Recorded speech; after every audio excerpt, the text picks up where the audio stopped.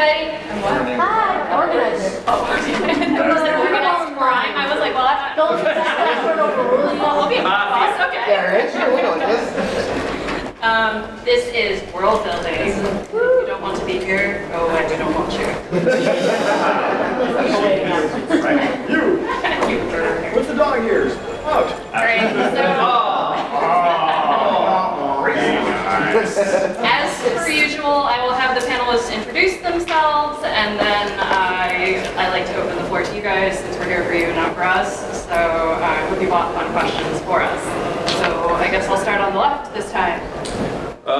My name is Dave. I write mostly fantasy of various kinds, including steampunk. My most recent book is called The Kidnap Plot. It's a steampunk fantasy adventure for all readers. About a boy whose father is kidnapped and has to go rescue him. And also the acquisitions editor for Wood Fireplace. Bam! I'm Michael Ritchey. I write a variety of young adult books. My newest is Deadline Iron, which is the first book in the June 4 series, and it's about cowgirls with machine guns on a post-apocalyptic cattle drive.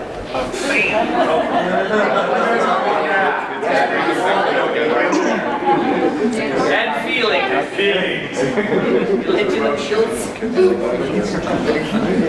I am Davroe. I am a cross-genre hybrid author. I write for adults and young adults, and my book Nexus just came out in December, and I have a book MIA that's coming out in August.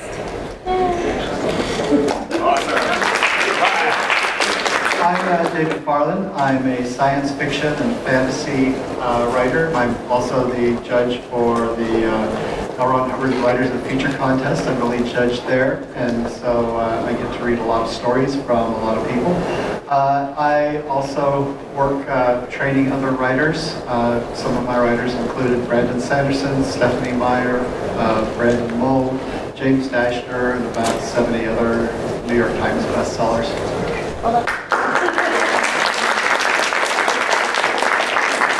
And I'm Bob Salvatore. I've been writing fantasy for 28 years now. Basically, sometimes I don't like this world much, so I just make up worlds of my own. It's more fun.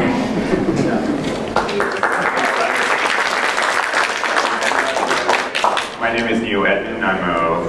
I came out of the LA side of screenwriting, but I transitioned into this author role with my first novel, A Tale of Red Riding, Rise of the Alpha Huntress, which is a Workfire Press book, which Dave probably acquired. So thank you.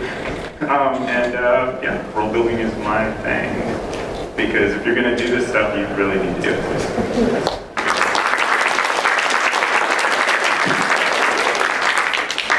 Questions? You there in the back. How would you use the lack of natural resources, be it like metal or wood, to inform political events in society? Dude, it's Sunday, man. For the win. It's like an analogy. Who's taking that one? Yes, you are. How would you? Well, I can. I'll let you take it. Yeah. Well, thanks, Dave. Trying to make it look stupid. Okay. Puts a vodka in there. Any question? Okay, so lack of resources and how it might affect political. So I have a history background. I studied history in college, and what I did in my book is I posited. I looked at kind of historically what might have happened, when there was a lack of resources. A good example would have been, and I'll keep this short, but Japan, right, in World War II, was pretty much pushed into Pearl Harbor because the U.S. embargoes, right? So what a great type of inciting incident you could use for that, because the U.S. embargoes, and Japan kept looking for a diplomatic solution, but the U.S. was strong because they wanted the Japanese out of China. And Japan said, okay, we're going to have to go to war with the U.S. and then we had Pearl Harbor. So looking at historical ramifications of events like that, that's an excellent question. Thank you. What you have to look at is, for example, if you've got a world where you've got a lack of metals or a lack of wood or something like that, who controls those resources? They're going to be the ones who are going to gain some political power therefrom. And so you just have to figure out what your power structure is going to be.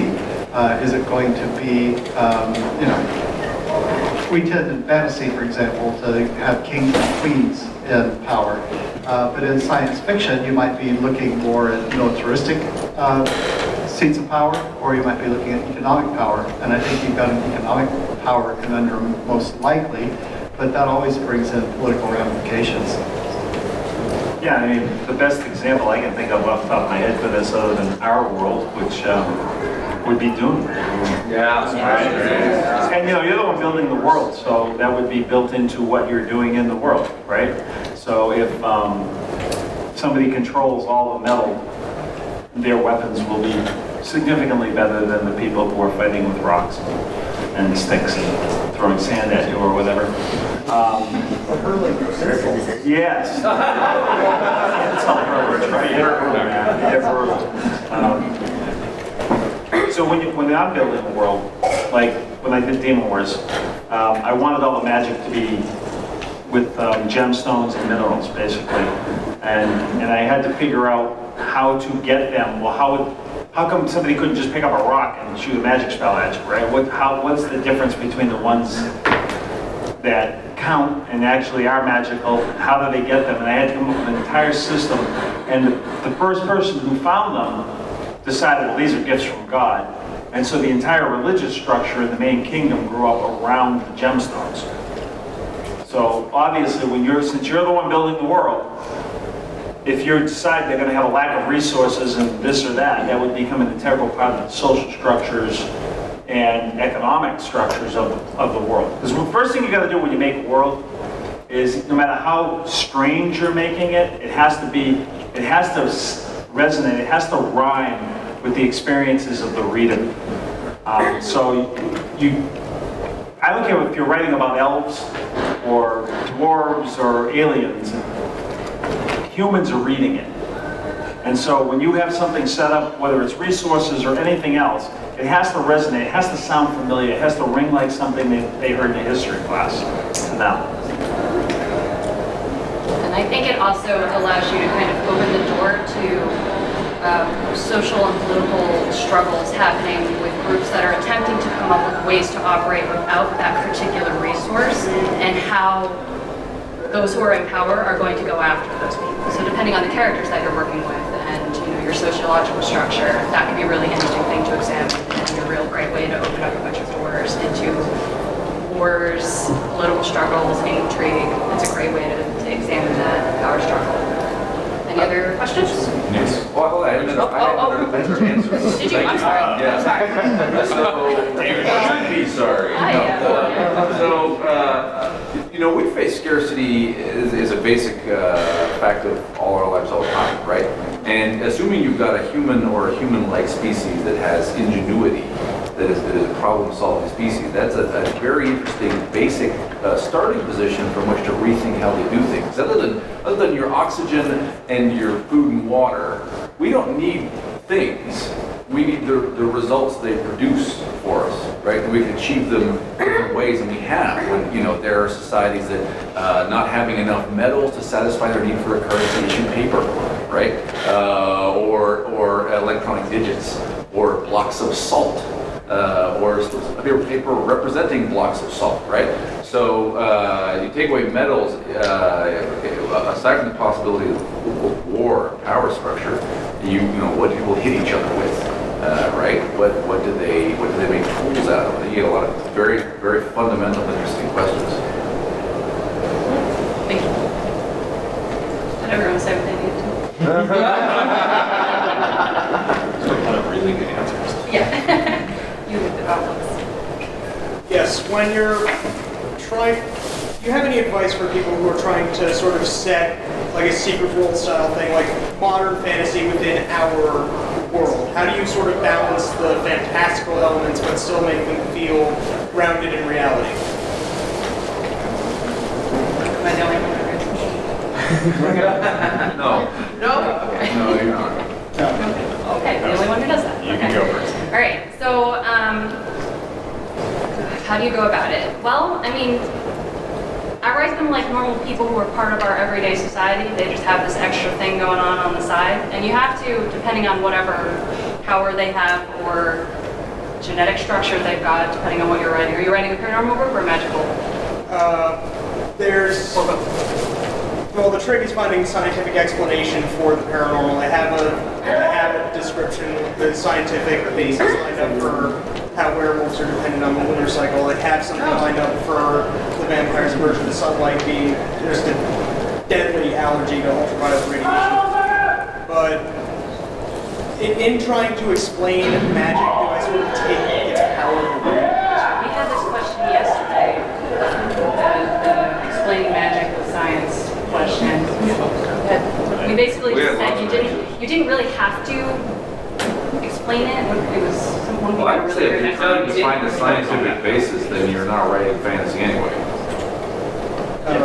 Right? I mean, if your werewolves have allergic reactions. Now, if you mean, I want to go find a theoretical basis by going back and reading A. Barrett's The Magus and other kind of intellectual magic, like that's a research project. But if you're trying to find a scientific basis for magic, there's not one. So either you decide there's magic and how it works, or you're not writing fantasy. Or get close enough. Just get close. Well, I guess well, the work I'm trying, it's sort of like science fiction, but in the modern day. So was your I took your question as being how do you like have the secret society, right? Like Men in Black. How do we, we all don't know that there's aliens because they had the whoosh. Right, how do we balance Was that your question? No, the more is, how do you take the fantastical elements in such a way that grounds them in reality, but without having to explain All right, every aspect? let me ask a question back for everybody. Show of hands, who likes Star Wars? If you like midichlorians, leave your hands up. Why are you asking? We have one. There you go. There's your answer. There's something wonderful about... but it's hilarious. There's something wonderful about having something, and this is one of the reasons I like fantasy. There's something wonderful about having something that science can't explain. It goes to the very fundamental essence of who we are as reasoning beings facing death. Okay. And having something that science can't explain makes you think that there can be other things that don't make logical sense but are okay. It's very comforting to human beings. That's why people love those Saturday morning TV shows where a bunch of guys are in the woods scaring the hell out of each other because they just think they saw Bigfoot or something, right? There's something very comforting about that.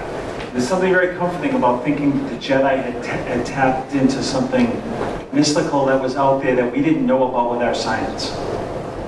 And then it became midichlorians and all hands went down. Yes. And there are still some things in science that we don't have explanations for, some things in nature that we don't have scientific explanations for yet. So you could just be like, well, we don't know how it works yet, and just kind of leave it at that. Where it's like, well, we hope to one day understand magic, but it exists and we use it, and okay. But it's cool that you're thinking about this stuff, though. I don't want to poo-poo it because it's kind of like I'm a Twilight fan. Yeah, I am. I don't even care. No, and I like that whole idea that the sparkling vampires is a predatory, right? It's like the lantern plant. It's an esca. Right. It's like part of how they lure you in to feed on them. I kind of like that little bit of. So I think you're on the right track. I just wouldn't worry about it as much. Sadly, poor Edward has an eating disorder. Oh, come on. It's just sad that Edward. I found one person who's defending this, and it's not serious. Okay, next question. Okay. How about you, sir, with glasses? Any advice on, I have a world where there was once really highly advanced space-faring civilizations, but that has come and gone. and now most of the people live in like a medieval tech level. But some of these ancient relics are still floating around, and some people have access to them. So any advice on how you might, or any thoughts on where you have this guy with a horse and buggy, but this merchant over here has access to a Starbucks because it's been passed down for generations to his family. So how would you, any advice on juxtapositioning a medieval world at its heart, a medieval line of thinking, very chivalric sort of thinking, with this ancient technology? Okay, let me go off. I'm going to go off. I'm just going to go off, and then I'm for the next time I'm going to be quiet. Because these guys, they're the okay. Old milk. All right, this is for everybody, and this is my opinion, and my opinion might be completely wrong, but story is king. The whole point of us the whole point of being here as writers and as fans is the power of story.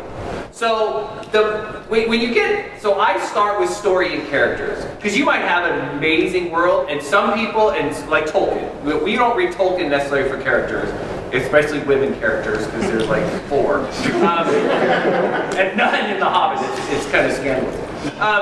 But I read for story. So I would start with story. I would start with conflict. I would start with characters. And then I would say, and this is what I do, and this might be wrong, but I don't start with world building. I start with what is the central story of what I want to tell, how are the characters going to be changed, and what obstacles are in front of them. Then my world comes from there. Because the question that you asked, you could take that in a million different ways, but what's the story? If the story is really about one of the themes is how how futuristic technology can destroy society, right? You can have like a Breaking Bad story about somebody grabbing technology and becoming evil and twisted, and, right? If that's the story. But if your story is about, harkening back like more of a pastoral, like to the days where we didn't have technology and it was simpler, and we didn't have to read email and email is such a and when it was new it was so cool, but it depends on the story. So what story? Start with there, because story is king most of the time, but again, Tolkien is a great example where story wasn't, it was world, and he did his world, and I want to live there. I think you've got an interesting question. How do these people who are medieval understand the breakup? So if you read something like Canticle for Leibowitz or Russell Hoban's Ridley Walker, you've got post-apocalyptic stories in which there are ideas or memories or bits of technology or words that are understood radically different, right? So Canticle for Leibowitz starts with a monk out in the desert, and he finds, and he's like he's an initiate. He's not yet a monk, but he wants to be a lay brother or whatever. He wants to fully join the Order of St. Leibowitz. He's out there guarding for the monastery. He stumbles into this chamber in the desert with, among other things, that appears has St. Leibowitz on it. It appears to belong to St. Leibowitz, and it has this phrase, a series of words. The first one, which is pound pastrami. Right? and so part of the story is them trying to understand what pound, what the cryptic word pound pastrami mean in the litany of St. Leibowitz. And Ridley Walker, a lot of the sort of story of the atomic apocalypse that destroyed the world in the past is understood through the lens of Punch and Judy shows. So, and you've got a very interesting, one, you can make it a superpower. Hey, this dude has a ray gun. Pew! Or you've got a very interesting world opportunity. It's a world building opportunity. How do they understand it? What does it mean? But see, again, it's the story. Like Canticle for Leibowitz, it was talking about the cycles of history, and the cycles of kind of the collapse of civilization, also kind of this religiosity. So they start with the shopping list, but there was kind of a definite, this is what I want to do. If you're going to undermine world building, I'm going to We are here to talk about world building. So on that note, how about I ask a question to the panel? Because right now everything is about the series. You're overstepping. Yes, I am very I'm going to do it anyways because this is very important. Because right now everything's about a series. A one-off book doesn't really work well in science fiction and fantasy. So I mean, when you start at that foundation of building your world, you're writing your first book or your story, and you know that you're going to have to do more. There are certain things you need to drop in early on in those first stories that are later going to come around. So maybe we could all talk about that, because that's what world building really is, please. Well, I think there's also, we're making an assumption here. We're talking about world building for novels. And the truth of it is now with the growth of video games and all the, well, I don't think it is all the same, because if you're doing, when I was working with 38 Studios narrative team, when we put the company together before it exploded,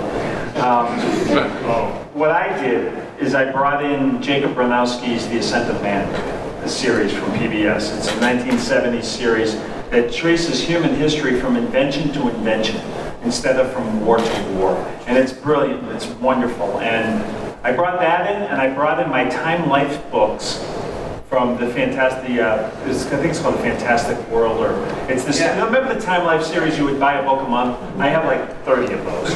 And I brought in my whole library, and then they bought them on eBay, so we had them at the studio as well. And I told people, first of all, we watched The Son of Man, and we had the books there. And I said, so what I want you to think about as we're building this fantasy world, because it was an MMO, and an MMO, if you die, you have to come back, or nobody will play again, because their character dies and they have help with that. So what we did is we showed them how they could come back. The Well of Souls in our game made sense. How it happened and why it happened at the time it happened in the world made sense. But what I told them to do is, instead of, anyone can say, here's why you resurrect. Here's why you are now immortal. That's not the big deal. What I want you to focus on is, what effect would that have on the society? Do you think everybody would like that? If they announced tomorrow that there was an immortality pill, would everybody be happy? Would the mother who lost her son and was religious and believed she was going to meet him again in the afterlife, would she be happy? Would how would the parents of the last guy to die in the battle feel before they came up with that? How would the churches, whose entire basis of power is promising something better later, feel about nobody's going to die anymore, and they've lost all their power? So it opened up all these other questions about the conceit of the world. And then the other thing I had them do is, when we were coming up with races and the economy and all the rest of it, is I had them use those Time Life books. And these tell you all the folk tales. It's all about the folk tales, the giants of Norway or the elves of Switzerland or something. It's all these different Russian fairy tales and things. I said, I want you to look at these stories that the people told. But instead of giving me those creatures, come up with something that if the common folk had seen just glimpses of it, this is what they would imagine it was. So take all these folk tales and turn the prism a little bit and look through it. And those are just some of the techniques I use when we're doing it. But when you're building a world, and the most important thing, I said it before, I'm going to say it again, is it has to make sense to people. When I got the call from Wizards of the Coast to do the Dark Elf trilogy, after the Halfling's Gem came out, and they got all this, they wanted to know where this Dark Elf came from. They wanted me to design the Dark Elves in the Forgotten Realms. I didn't come up with that in a dream one night. I read Mario Puzo's The Godfather, because I was looking for a society that you would say from the outside is really evil, but if they're just killing machines evil, there'd only be one left alive, right? So I used the 5 families of New York to come up with Menzo Berenzano. I'd be the godmother, I guess. But anyway, those are just some insights on how I build the worlds. You're up. We're going right down. Yes. What was your question again? We talked about the roots of role building, where you start. You build a story that's going to expand beyond a one-shot. This is kind of crazy. The way that I start is I start looking at the world scientifically. What size is? How big is the planet? Okay. What's the specific gravity on the planet compared to what it is here on Earth? What's the circumference of the planet? What type of star is it going around? And I start looking at things like, what is the length of the day and the seasons? And, for example, what's the tilt of the planet? This makes a huge amount of difference as to, if your ice caps melt every year, for example, and then build up on the other side of the planet for 6 months, and then we have much more violent weather patterns than what we have here. And so I start looking at it scientifically, and I look at it that way. But I think that there's a lot of different ways that the world evolves. I look at what kinds of geological things happen to make the planet the way that it is. But then where would my civilizations, begin to build and creep up from? Here on Earth, our civilizations all started around a major river, okay? Well, they gave a source of clean water over centuries and centuries and centuries. So you get places like the Nile or the Amazon where cultures built up around them. And then I go into what happened in that world. Just as Bob said, it's not always about war. When I was a kid and we talked about history, I was always talking about wars. I think that there's different types of history. There's the technological history of what kinds of scientific things have developed. And there's also an ideological history. What kinds of thoughts develop? What types of religions maybe grow out of various belief systems and this type of thing. And so I go through and I'll look at it and I'll say, what's the economic history of this particular culture? And every time that I build a culture, for every culture there is a counterculture, okay? And the real world, okay? And by that I mean, if you've got a person who's a devout Catholic, okay, there are people who are going to rise up who are going to be anti-Catholic, and maybe they're going to be 14th century witches, or they're going to be, they're going to be Protestant reformists, or they're going to be something else. And I always say there's not just one reaction to that, to any culture. There's dozens of them. There's dozens of splinters, and so I look at those, and I look at the development of languages and what is their science base and what are their materials they have to build from, and things like that. And I just have a lot of fun playing with that kind of crap. Wow, you go expensive. You're like writing your Encyclopedia Britannica. There's not too much more to add to that. So mine is very kind of similar, where I start with a specific background area that I have an interest in, mine being anthropology. So I start specifically with the people, and I think about the people that are living in this area, and I think about their society and whatever other societies they're against and why. I develop religions, I develop their economies, I develop their political systems, and these are the things that are my ground starters for my worlds. And I'll be like, okay, I have these areas, and then what would they need and why?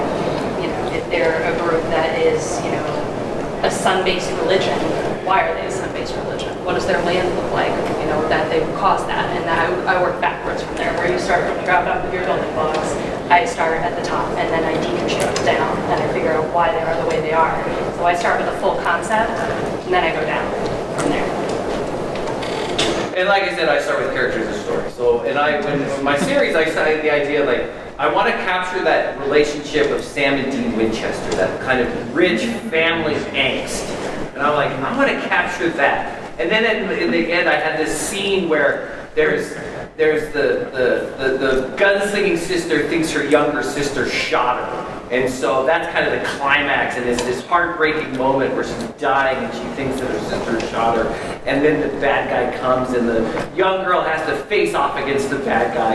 And it's this epic kind of, and I go, that's awesome. And I get all excited and I get all the feels, and I'm like, I want my reader to feel this, and I want it to be like this, and it's awesome. And then I'm like, where should I put it? And I'm like, I could put on another planet, but I don't know, the whole planet thing. And I'm like, the Dark Tower was awesome when Roland walks in this blasted, he's a gunslinger, so he's a knight, and he walks in and somebody's playing Hey Jude on the piano. I'm like, what the hell? Hey Jude? And I'm like, so I want to keep it on this world so I can play with that kind of. It's in the future, but there's like, they start singing Don't Stop Believin', and it's become this folk song, because they've kind of forgotten, where it's come from. So I start with how do I want my readers to feel and what's really frickin' cool, and then I build the world around that. Cool. Three things. One, I love in-world documents. I like to write songs and plays and stories and encyclopedia articles and things that characters in the world could read. Two, I think it's very, look, in our world, people disagree about everything. Not just they belong to different political parties, they disagree about the facts, right, of everything. And I think an easy mistake to make is to have your fantasy or science fiction world clean cut and everybody just agrees on what the facts are. I think there's realism and power in disagreement and uncertainty in what really is happening in the world. And the third thing is this, world building is not the only reason why you really as a writer must be reading all the time, but it is one of the reasons why. It's a big reason. Because if you don't understand anything about real world politics, your politics are probably going to be kind of stupid in your book, right? And if you don't understand anything about a real world ecology, you have to be very, very careful. And religion and psychology and all of it, which is very exciting. Because that means that the choice of writing as vocation is a choice that will put you on a path to potentially be a student of everything. If you want to write good science fiction and fantasy. Question is, if you were right there. So as a series goes on, you're going to continue to add to your world with every book in the series. And so, however complex it was to start with, it's going to get a little more complex, and a little more complex, and a little more complex. And how do you stay consistent? Right? As the world grows and you build into the Encyclopedia Britannica, how do you avoid violating some tiny little detail you forgot you put in there 3 books ago? Ask George or that question. I think everyone at some point ends up making notes on their world for themselves. I'm pretty sure. It's called creating a Bible. Yeah, it's the Bible. This is the outline document for what my world is like and why it's that way and that type of thing. But that's probably the best way to do it. But also, as you write each book, Marion Zimmer Bradley, I was in her car one time and I don't know why she said this, we were driving somewhere and she said, David, when you write a big world like this, you got to make sure that every time you write a book, that you take notes on exactly what happened with each character, because sometimes you're going to get somewhere down the line and you're going to forget what your character did, and it's going to be really embarrassing. And I thought, oh sure, you're old.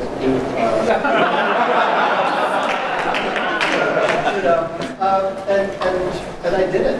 I had a book where I had a character, and I was going through on like the 12th reading, and I suddenly realized that I had him being angry at another character, and he's a very powerful rune lord, and he decides to let him live.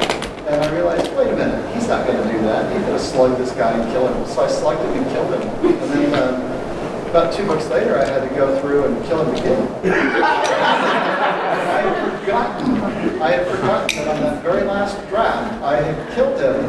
And anyway, so, in the hardcover, he killed him, and then in the paperback, I had a fan who actually called me up and says, Dave, I've only read your book like 20 times, so I may be wrong, but I think you killed him on page 276 in book 4. And I'm like, oh my gosh, I couldn't believe I did that. So, I'm taking Marion Zimmer Bradley's advice. This is not my advice, this is hers. Yeah, I'm writing one of my later Demon Wars books, and my son's reading over my shoulder as he's walking by, and he goes, oh, he's the new Father Abbott, huh? And I said, yeah, this book's ready to go to the press. I'm reading The Galley. He's the new Father Abbott, huh? Yeah, he died 3 books ago. You're right. I hope he wasn't in the last 2 books. As far as the world goes, though, unless you're Aaron, I'm still trying to figure out why you're on this panel. Maybe you don't like world building. Opinion. I'm going to Aaron, it's okay. No, we love Aaron, but he doesn't like world building. No, I didn't say I didn't like it. Yes, you did. You did too. I said it's not the most important thing. No, it's not. Character is the most important thing. Character is absolutely. When you make the world, you're going to have piles of notes and pages and all kinds of, like, this is the calendar, and these are the months, and these are all, you're gonna have all those notes, but you're not putting them all in the book, because nobody wants to read an info dump. It's really boring. So, but you've got those notes, hopefully. And so when you get to, you know, book 11, and you're doing, oh, what was the 10th month of the year? Or whatever. And you go back and look at your note, and now you teach the reader something new about your world. Now, other things will happen as you go, I'm sure. Like, for example, when you're writing in the Forgotten Realms, and the stupid D&D game changes 5 times in the first book. And they get rid of infravision, and somebody writes me a letter and says, how does the time clock Narvandel of Menzoberranzan work? And I say, it doesn't. They change the games, they're all blind now. It's, you know, that's, retconning is an art. I always did that. Go ahead. Just to add to that, there's a lot of software stuff that can help with that kind of thing now. Whether you make a wiki-style document that can have things interlinking. There's a piece of software called Realmworks, which is geared towards role-playing games, a bit of work that gives it for any writers. And it links characters between each other, we make timelines, all that kind of stuff, and keep track. Scrivener. The state of Rhode Island owns 38 studios now, and on one of the servers that is decaying in their back room is a wiki of the world of Amalur that is probably 4,000 pages long. The work of 20 people. It's like the Raiders of the over Lost 6 Ark. years. It's like the Raiders of the Lost Ark. Well, one of the former narrative team at 38 said to me, he just likes to imagine that our world is running in secret on the servers in the world. Yeah, some of the problems that we have with world building is that there are people who just get so involved with it, and it takes over your life. And my goal when I'm creating a world, is I want to look at it, you know, what ways is it similar to our world so that it resonates with readers? What ways is it different so that maybe they feel a little sense of mystery or awe, you know, by that? And then I get down to my characterization. I'm going to have some kind of people on my planet or in my world, whether it's be science fiction or fantasy, and they may not be just like us. You know, they may have, I may decide that my characters don't see the color blue or something like that. So I go through and I play with that. My goal is to create characters and then put them into conflict, okay? It's the conflicts that I think drive the story for me. And so I look for ways to really develop a world that's going to be intriguing and interesting because my characters are going to be in conflict all the time. And you know, a lot of people have said, you know, well, how do you do this over the course of a series? You create a world that just has lots and lots of potential conflict to play with. I'm just curious, maybe brought it up both you about these characters when there's some continuity. How did you resolve it? Did you just work or did you I had to go back and rewrite the scene for when the book came out in paperback. Mine hadn't gone to the printer yet.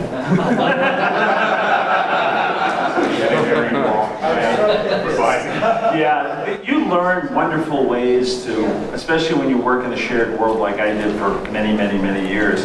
When I was doing the end of the third book I wrote for TSR, they said, okay, well, people are all done. This was 1989. They said, oh, people have had enough of these characters. Dritz and his friends. This is 1989. So we're going to go on to something else after this, so tie it all up. Because I was planning a fourth book to retake the hall. The Dwarven Hall. And so they said, you know, tie it all up in the epilogue. So I did. And I came up with what I thought was a great Dwarven name for a general that was going to, because I had to do it all in an epilogue. And I thought it was the best Dwarven name ever. It was General Dagnabbit. And my editor got really, it went through and nobody caught it. And then my editor started getting a bunch of grief about it. So he got really mad at me. And we continued on with the series, but they said from now on you have to change his name to Dagna. And I'm like, that's stupid. Dagnabbit's like the best dwarf name ever. It's like, no, and they were mad. And so after I drove him out of the company and into the Unitarian Church,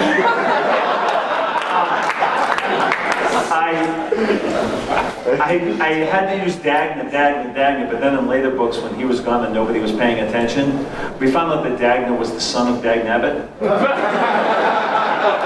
And Dagna had a daughter named Dagnabbet. Just in the night, deeper and deeper. And when I really drove, the way I drove them out is when I wrote the Cleric Quintet, I needed these dwarven brothers. And this, he had just given me this like scolding about Dagnabbit. So I came up with Ivan Boulder Shoulder and his brother Pikel, Pickle, who has green hair. And so I knew the phone call was going to happen. The phone call happens and he says, Bob Pickle. And I said, Eric, cucumber? No, Pickle. And I'm like, what are you doing, garden salad? What are we talking about? You have a dwarf named Pickle. I said, I don't have a dwarf named Pickle. He goes, Ivan's brother Pickle. I said, no, it's Pikal, like the weapon. Oh, okay.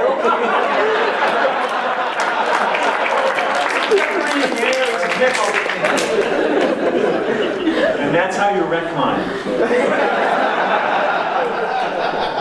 That may be the best advice. You just have to be smarter than the other. Any other questions? I've been DMing for a few years now, and I generally run loosely off of Proc Realms, but I'm very interested in running a campaign involving a world that's recovering from a regional or maybe global disaster. What are some important elements to include in a narrative of that sort? One, I have things like this, since I write dystopian. I do research on what has happened in the past when certain things have gone wrong in certain scenarios that are similar to whatever I've chosen for that particular thing. It's good to have your information straight on what's happening environmentally or whatever you're working with. But for the most part, and this goes with world building in general in any way that people are going to be reacting in any kind of situation you give them, just make it human. Think about what you would do in that particular situation, what your friends would do in that particular situation. And think about all the different ways that 10 different people in a room will react to one specific thing. And that's usually a good start point for any kind of after disaster or during disaster situation or any kind of upheaval, because people do that. They get angry and they have problems even when there's not upheaval. They create upheaval. We're humans. We do that. So that's pretty much like where I went at it, and I tried to kind of develop how people recovered and how society rebuilt itself after things went downhill based off of how historically people have reacted in specific situations, and also how I believe people in this particular society, in that particular country, whatever, would react given that particular situation. And real quick, there's a show, Life After Man, which isn't that wonderful? But there's also, I mentioned Jacob Bronowski's The Ascent of Man, which I think is required. That should be taught in every high school and college in the country. But beyond that, there was one called Connections back in the 70s. Another one of these, like Cosmos, the miniseries, the 13-part PBS whatever series. Connections talked about what would happen if the electricity went out. And it blew my mind at how helpless. And this was before. This was the 70s. Never mind now, where it would be 1,000 times worse. It blew my mind how much trouble we'd all be in a week. One of the things that I look at is I look at what kinds of legends would arise. What would people tell themselves about what happened? Okay, if the world were suddenly thrown back and we lost electricity, for example, 500 years from now, who would we blame? Are you going to blame the Arabs? Are you going to blame God? Are you going to blame, power companies, big business? All of those kinds of things, because everybody likes to look for a causation for this. And the truth is that it's probably going to be far more complex than anything that anybody understands. So there's the lies that we tell ourselves about it, the rumors that we tell ourselves about it, and then there's the reactions, the individual reactions. Each of your characters may have a different reaction. I like to say that in the world we often have complex reactions to problems. Years ago, my daughter came to me when she was 6 years old and told me that her teacher had touched her, okay? And I thought, okay, how am I going to handle this, you know? Well, I like to ask that question to various people in my writing classes. And some people say the first thing they would do is pray. Others would be to grab their gun. The third one might be to grab take a drink of whiskey, try to calm down to think about what she would do. And so each of them has a simple reaction. This is the first thing I do. But I like to look for the complex reactions. You know, maybe you'd go ahead and drink some whiskey, and then you'd pray, and then you'd load your gun. And you know, that might be the more interesting reaction because you keep the audience guessing as to what your characters are going to do. And the characters themselves might guess about what they're going to do.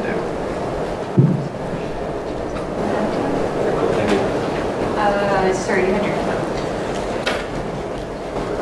This was kind of a add-on to one of your earlier comments. One could say that a new religion has formed in them, and they argue that the gods took back their power from our sacrifice. The Tower of Babel theory. Yep. Yep. Questions? How about you in the blonde wig? So, once you've been world building for a long time, you have a really deep history for your world, but how do you give that to your readers without just being a view for them? Since I suck at world building, Bob.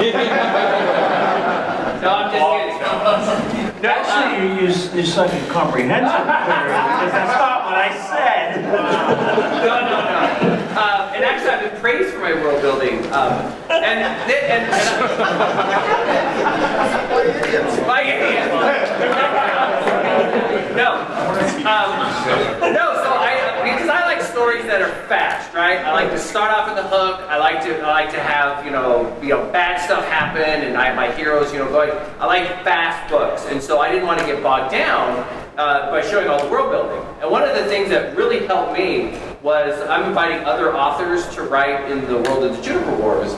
So I had to make a world Bible not for me, but for public consumption for other authors. And so that really helped me kind of get in depth. So one of the ways, who's fans of BioShock in here? That's right. Better living through chemistry. So one of the things BioShock did so well are those quotes and how they built this kind of sense of depth by those quotes by Andrew Ryan and all of those. And so one of the things I did in my book is I include quotes that kind of hint at a kind of a very complex world. So the quotes were good, but really what you do is you weave it in. And you give information to readers when they need it. And you trust that the readers, we are very sophisticated, especially in places like this, we are a sophisticated audience who have been exposed to millions of stories. So we have a hint of, okay, we understand intuitively what's going on until I get to a plot point, and then I keep it very brief and only what the reader needs to continue the story. And I think most authors have a lot more stuff that never goes into the book. I wouldn't have it be a goal to put 100% of that history into your book or your series ever. Just look at J.R.R. Tolkien. How many additional books were there on top of the actual novel? Silmarillion fans, right here. Yeah. So you had a really, really complex world, all built out with full languages, but that wasn't all in those original novels. That was additional stuff that the buffs got later on. And a lot of it too is when you're building your world, decide in the beginning what to leave out. Roger Zelazny and I were once talking on a panel, and Roger pointed out that if you make your novel too complete, it will feel contrived. And he says, so I always make sure that I have one important scene in my book that I pull out, so that the audience always has to wonder what happened right there. And I was sitting there and I said, that's interesting, because I always like to add in one unnecessary scene to make them wonder why that scene was there. And we kind of looked at each other and it was like, there was a silent understanding that passed between us that we were both going to do both. And I'm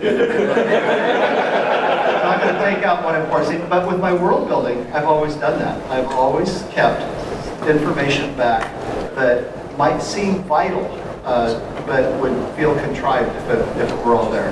If your character feels like I suddenly, at the very end of this book, I finally understand, why we had this big epic event, and we've all been thrown into chaos, and it didn't have anything to do with the gods or the it's much more complex. It's going to feel contrived. Okay, so you've got to decide what you're not going to tell your audience. Here's me raising his hand for a while. All right, so this is going to be a kind of weird question. How would one best portray the ramifications of a society that was formerly one way, and then that was the only way, and then through some mysterious event, suddenly has to deal with an entirely different group of people being integrated into their society? Like District 9. It's like Germany.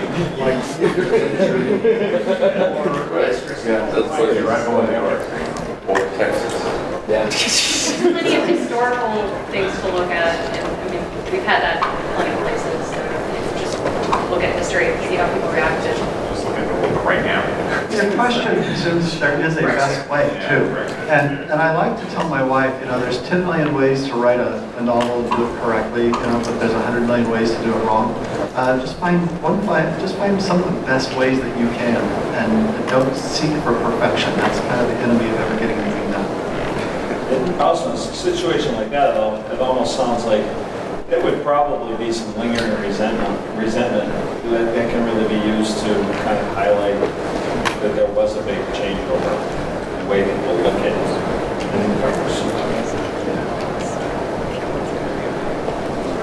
In terms of world building, it's not just building your own world. Some of you have had the opportunity to play and build other people's worlds, and you've opened up your world to other people to play. So I'm wondering if you could talk a bit more about that, and also, has anyone added to your world in such a way that you thought, oh wow, I really like that, which I thought. No.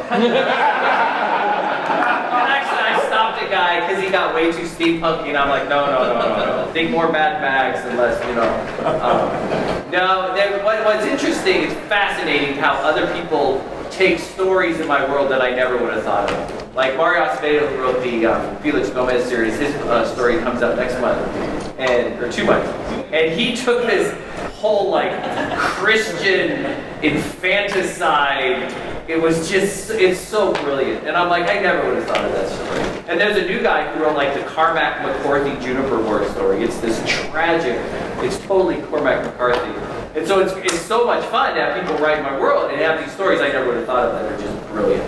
So, and he's gonna be writing this Mormon goddess story. Yeah. The Guns of Ashira. Yeah. So, it's, awesome. Yeah, I mean, when you're working in somebody else's world, you typically have to get some kind of permission to take it a different way. So, working in Star Wars or The Mummy or something like that, you put a proposal together and say, this is what I want to do, and then see if it's okay with the creators.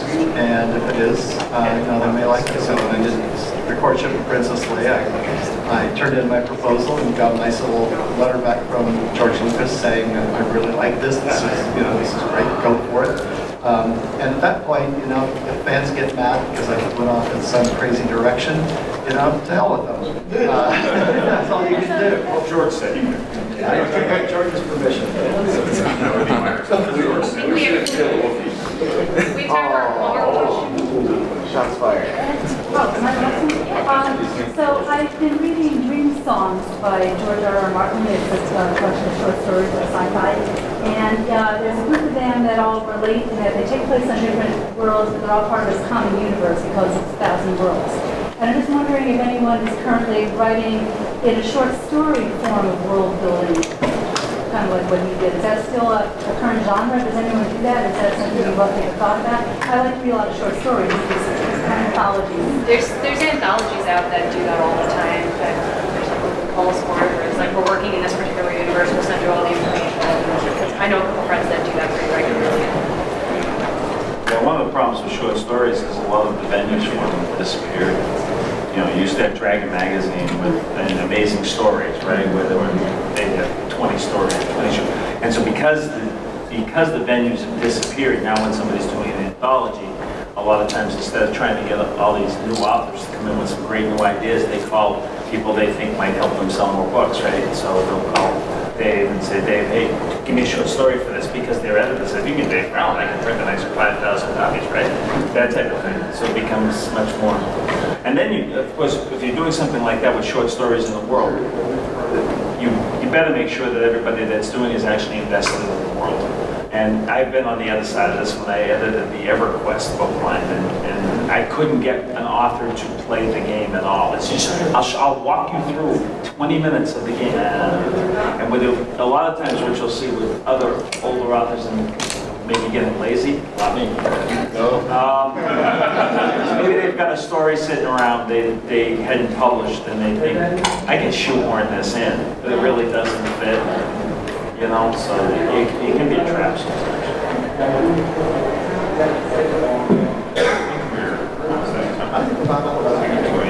Yeah. I have a softball. He's got a softball game. All right. You're leading. Yes, I'm playing. Okay. I'll be down to see word fire move, but No, me and we're flying on a jet plane. Thank you all.